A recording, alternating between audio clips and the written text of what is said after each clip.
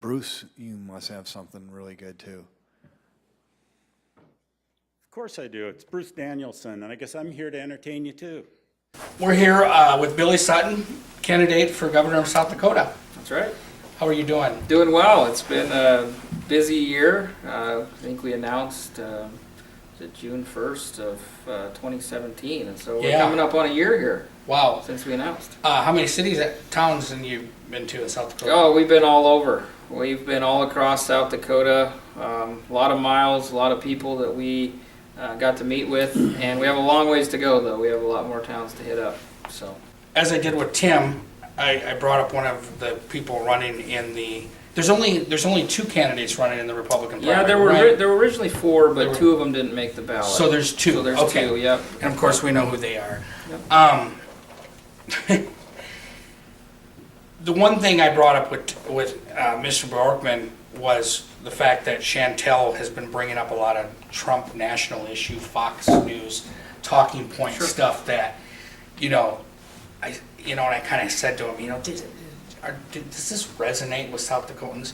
So, so I'll just say whether it's Nome or Jackley, are they doing things that are resonating with South Dakotans? Do you ever listen to sometimes either one of their messages and go, I don't hear that from South Dakotans? Sure. I think what I've probably seen is that they're in a primary that's probably common, but they're trying to talk to their base, the likely primary voter. What I'm hearing from South Dakotans is a real concern about transparency and accountability in government. They're frustrated with the corruption that has gone on, and they're tired of the status quo. It's a really anti-establishment narrative out there that we've heard, and I think that's why we've gained so much momentum on our campaign, is because we really stand out as someone that is honest and trustworthy, and it has fought for accountability in government. What do you? I think one of those Republican opponents, they're pretty trustworthy. they haven't been involved in any cover-ups. You don't have to comment. Do you think that's the big topic? That was the big topic. Our city elections on Tuesday. Yeah. Thank God it's all almost over. And that was the driving conversation, was transparency and open government. And it wasn't just because I was talking about it on the blog or the news brought it up. I talked to several different council members that were running, knocking on doors, and every single one of them told me, separate from the other, that was the number one thing that Sioux Falls voters were talking about. And so you hear it a lot out there. I'm hearing it every day. I mean, they're very concerned about the scandals that have gone on. Yeah. But they want, I think it's a little deeper. I think that there's a feeling that people can't trust government. And so when they've lost that trust, things have occurred that have lost the trust of the people, whether it's the scandals or overturning ballot measures that the voters passed, things of that nature, that people have just feel like their voice doesn't count, and that they've lost trust in government. And they want somebody that can give them that trust back. As you know, there hasn't been a Democratic governor in 40 years. It's been over 40 years. I lost track of the amount. This year is 40 years. Yeah. How do you tell someone, not just your base, but tell a Republican, for instance, a moderate Republican, we have had this transparency corruption issue because we've had one-party rule in this state for far too long, and that's why you need to vote for me. How do you get yourself separated? Because some would say this 40-year rule is a good thing for the Republicans. They always win. I don't look at it that way. I look at it as a bad thing. How do you explain to people that it's time for change after 40 years? Well, what's unique about the corruption thing is I have found that it's not partisan. That Republicans are sick of it the same as Democrats are. There's a very few number of folks on the other side of the aisle that want to keep things exactly the way they are. Now, they garner a lot of power because they have a lot of money and they're very entrenched. But the vast majority of South Dakotans aren't part of that. And they are the ones that want something different. The other thing that resonates, I think, is that I would contend that this could happen to any party that's been in power for this long. Yes. Absolute power corrupts absolutely. And you just go look at Illinois. Most of their last governors are in jail. and so, Doesn't matter which party. yeah, I mean, it doesn't. Yeah. To me, it's not a party thing. It's been a problem of being in power for too long. And we've seen a lot of infighting in the Republican Party. in Sure, South there's Dakota. there's three parties right now. You know, they had the incident where, you know, there was no audio, so no one knows if somebody was swearing or not.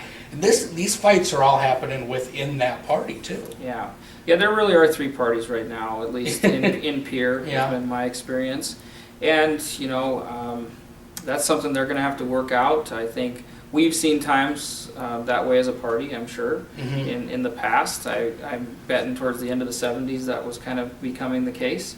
At the end of the Knipe era, and that was the time when my grandpa was in there too, and it's cyclical, but. You know, as far as how do I win and how do I win over Republican voters, the thing that has really resonated with them as well is that I'm a West River rancher, rodeo cowboy. That really resonates with a lot of those folks when you get out to western South Dakota. And that's there. A lot of them are registered Republicans, but they know me, they trust me. I've been around for a long time. And that's a lot of it, is just knowing that you can trust somebody to do the best job they can. Yeah, and you brought up something too, and I'm glad you did that. You're not only a rancher, you're also an investment banker, right? Yeah. So I have a business background and a rodeo background and an ag background. So I'm a very diverse candidate. I think that I'm a candidate that's unique, that probably a lot of Republicans haven't had the chance to vote for in their lifetime. And this is what I wanted to bring up. You know, obviously you want the rural vote, but you are going to have to win Sioux Falls, and you are going to have to win Rapid City in order to the I-29 corridor. Yeah, you're going to have to win it. How do you convince? I don't think West River is a problem for you, but how do you convince people in Sioux Falls, who a lot of them have moved in here from other parts of the country? They don't know what a cow is. They don't. Right. They come here for jobs. They come here to work. Why would I elect? You know, let's say they are a Democrat. Why would I elect this rancher from Burke, South Dakota, to run our state? He doesn't understand anything about urban living and Sioux Falls and all that kind of stuff. What do you say to those people? Yeah, I think I say a couple different things. I think I say that, you know, my business background as an investment rep, I work with people every day that are working hard to save for retirement, that are working to save for their kids' college education, that are working to save enough money to just put food on the table. And those are not specific to West River or East River or urban or rural. These are all South Dakota problems that I understand very clearly. And I want to work to improve the situations for their families. One thing I hear in this area a lot, especially around the Sioux Falls area, is a concern about their kids leaving the state. And that's something I have a lot to talk about, because when you talk about tuition rates in our state, we used to have the second lowest tuition rates, now we have the second highest. You talk about our needs-based scholarship, it's a pittance compared to our surrounding states. Right. You talk about a state that doesn't offer state support for early childhood education. These are all things that every South Dakotan is concerned about, that has a young family and that wants to start a family. And that's how I appeal to those folks. Yeah, you bring up the early childhood and some of those issues.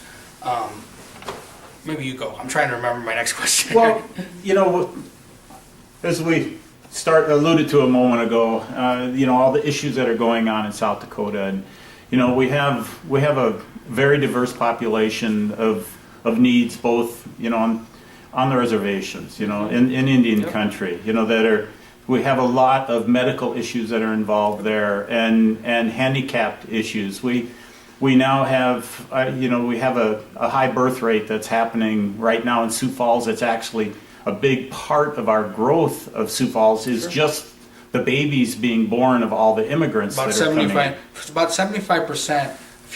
2 years ago, 75% of the population and growth wasn't people moving to Sioux Falls. It was people having babies. Interesting. And a lot of people didn't. You know, they try to say, well, we're growing, there's all these people moving here. No, there's just people having kids. Right. Yeah. Right. So you know, I look at that, and I also look at the needs of all of these people that don't have an income.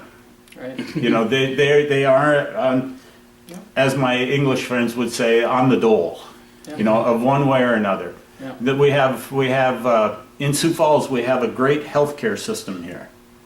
And one of the side issues to that is we also have a huge population of people that need that healthcare system. I have a family member right here that's part of that process. That we use the handicap stickers. We have to, when we pull in someplace.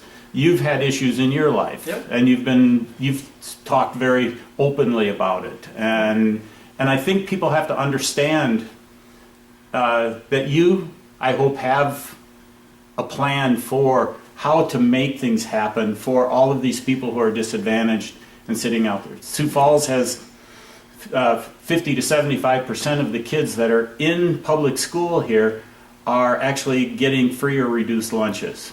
We have the Dakota Abilities and Lifescape. They've had their noon lunches taken away from them. So now they have to find a way out of their meager food assistance that they get to survive. Now they have to use it just to have that noon lunch, so they don't have the extra money available anymore to feel a part of society. Yep.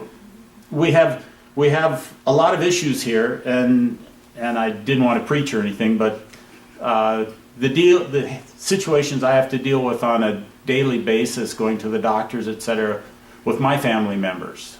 What can you say that you want to do as governor to address this?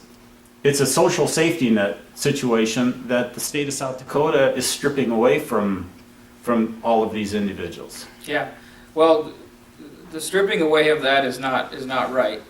Wherever and whenever that is occurring. What I can tell you is that I understand those concerns very well as somebody with a disability that has gone through some pretty challenging times myself. But it starts with listening to folks like yourself and to the folks that have disabilities and challenges. One of the things that I think we face that's a huge concern for me is the support of our community support providers. So the folks that are taking care of people with high need disabilities. We don't pay them enough, and so because of that, turnover is extremely high in those organizations. And so part of the solution is getting our provider reimbursement up for those folks so that we can pay them for the work that they do. They make less than a lot of folks working at a fast food restaurant. And I'm not disparaging someone that works at a fast food restaurant. All I'm saying is there is a lot of responsibility for an individual that is working as a community support provider, taking care of people with the highest needs that you could possibly have in some instances, and helping them to live a productive life. We need to take care of those folks, both the folks that need care and the folks that are caring for those individuals. So one of my focuses will be to get reimbursement rates up for community support providers and make that work. And you bring up a good point here, and then I remembered my other question. You bring up a good point here. We were always talking about our healthcare organizations in Sioux Falls and how one of the city councilors brought up the other day that 20% of people who work in this community work at Sanford. But what we've also seen is healthcare, people who work in the healthcare industry in Sioux Falls, and I'm not talking about the doctors, I'm talking about everybody else, are some of the lowest paid in the nation. I think the nurses are 49 in the nation. And, there's a lot of schools, and that kind of contributes to it because people get out of school, get a job right away. So I like what you're saying about in healthcare, how can we expect a healthcare worker to do their job helping other people when they're not getting paid enough to help themselves, Right, really? Right, and it really is about wages. I mean, it's about being able to, and that's going to drive the conversation of whether or not people want to stay here or whether or not their kids want to stay here. Because if you get out of school saddled with very high debt and you can't get a job to pay that off, you're going to go somewhere else. Right. It's dollars and cents.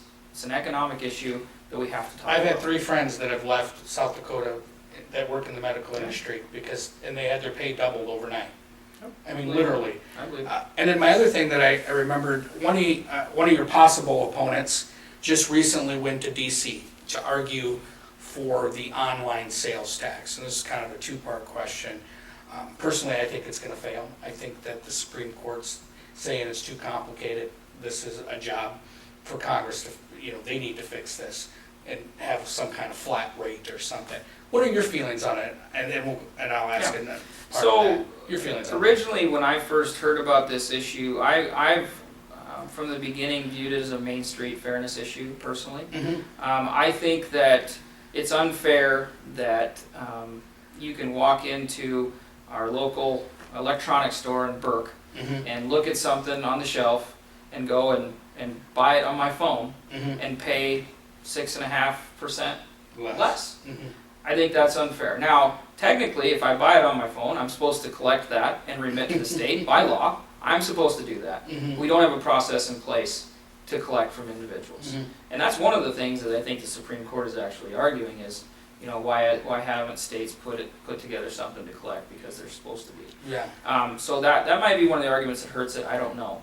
But I do view it as a Main Street fairness issue that will have a significant impact to the revenues of our state as well. It will, and that's my other thing I want to say, is that we know as a Democrat, one of your arguments is sales taxes are regressive. Sure. It's a regressive form of taxation. And what I've seen when I've researched this in South Dakota is we tax sin stuff at a huge high rate. Gambling, I was just seeing a report that South Dakota is rated second in the nation for casinos. Oh, interesting. Yeah. And then the other thing is that we tax food and we tax clothing, but we have all these exemptions for all this other stuff. And so there's two things I see is we shouldn't have all these exemptions for a lot of this stuff. If we're Did gonna you know there's exempt- actually more exemptions than what we actually collect? Yeah. It's $1 billion in exemptions, and we collect somewhere around 900 million. So could that be one fix? And then why is the state income tax thing why does that scare people so much? Yeah. So for your first part of your question, are the exemptions a possibility? I think we would have to take a deep dive into that. I know that they've studied that in the past. I know that when they did study that, they didn't come up with much as far as recommendations as to what would not be exempt. I know there have been legislators that have talked about saying, well, maybe we should just sunset them all and have these groups come forward and prove why they're due an exemption from that. And so, I think that's always a conversation. That's a great idea. I kind of like that. Yeah, I don't know. Yeah. Interesting conversation. But as far as the income tax thing, I think what I've heard from South Dakotans, and certainly not every South Dakotan, but I've heard from a lot of South Dakotans is that they like the idea of not having to pay a state income tax. A lot of people feel like they're taxed enough, but I think that's because our property taxes are so high, and compared to a lot of states. Yeah. We have very high property tax, and it is something that is a little disturbing to me, because your property taxes go up. That doesn't necessarily mean that you have more money to pay those taxes, That's right? And so that's something that I think we need to look at as far as to try to bring some relief if we're talking about our tax structure. Property tax relief. Is how we bring property tax relief and have that conversation. There's my family's been involved in manufacturing for over 50 years in South Dakota. And in fact, that's how I got to know your grandfather. So I've been concerned as I've watched the manufacturing world of South Dakota essentially collapsing. We used to have, every little town had some kind of a small business that made something and sold it. And it's a production-based economy. Now, when I was working on my MBA years ago, there was this philosophy at USD Business School that we should get rid of all production-based businesses in South Dakota. They had fallen in love with credit cards and service industry, and we need to just get rid of all production and become a totally clean state. And then in this whole process, I saw we no longer were processing our ag goods. We're no longer making the tools that our farmers need. We've encouraged the dissolution of the family farm to go to the family corporate farm, which then it gets bought out by the big corporation because nobody can afford to buy it anymore. You know, not that I want to go back in time with the world, because we essentially can't.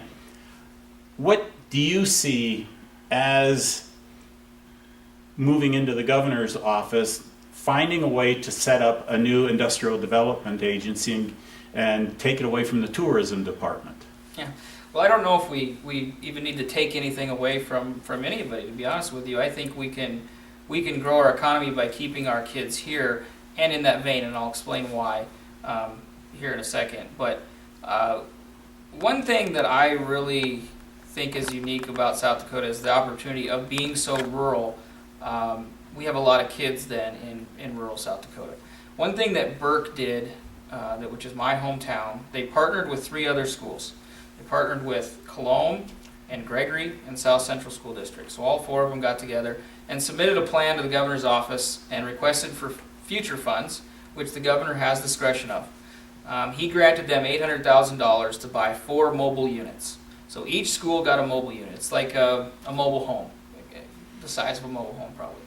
And they offer a career and technical education class in each one of those mobile units, in each one of those schools. So every kid, grade 9 through 12, gets to take one of those courses at least once in their high school career. Then they rotate it each year. They offer welding, manufacturing, engineering, and biomedical. Because one of the things that happened in 2011 with all the cuts to education was a lot of high schools cut a lot of their career and tech ed programs. And they've been declining for years, honestly. But what we need to do is give kids the opportunities to take those courses, to maybe even just to decide they don't want to do that. But that's even a good step in the right direction, because that might save them money in the long run anyway.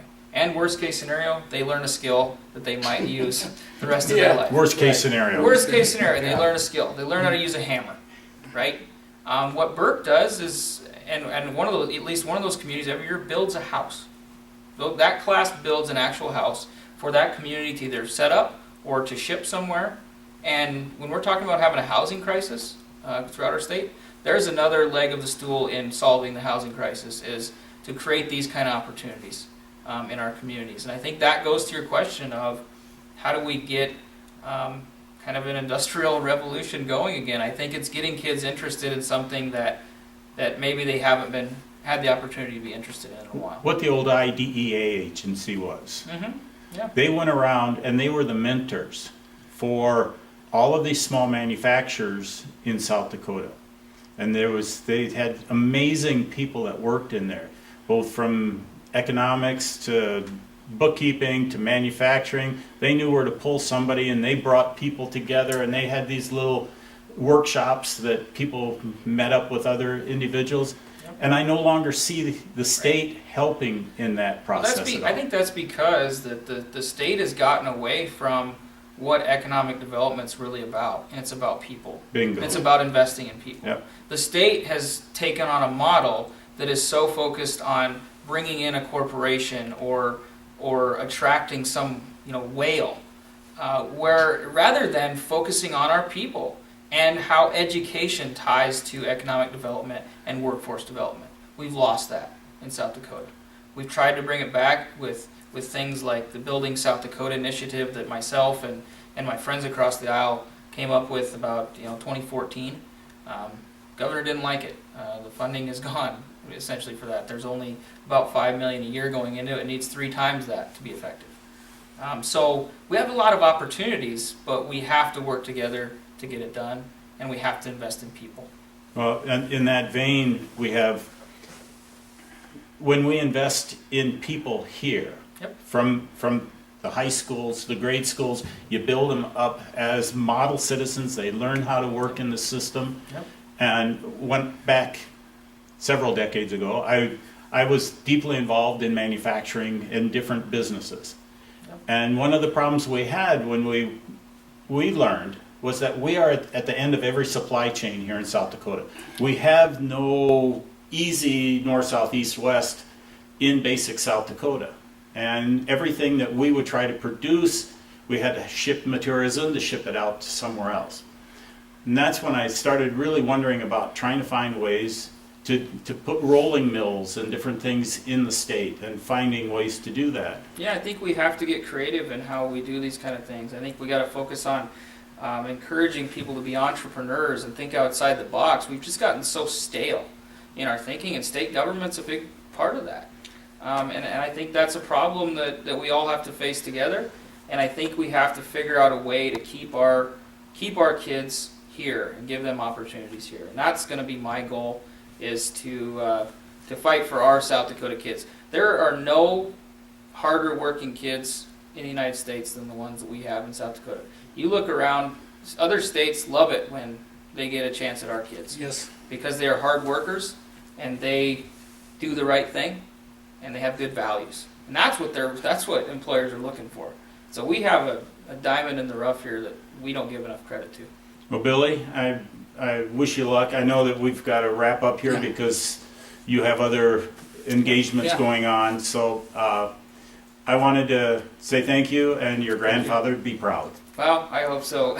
Thanks, that warms my heart thinking about it. And as I run this race every day, I think and try to do things that would make my family, my grandpa proud. Just be thankful you're not driving around in a little Fairmont station wagon. We don't come up here to entertain you. We come up here to inform you.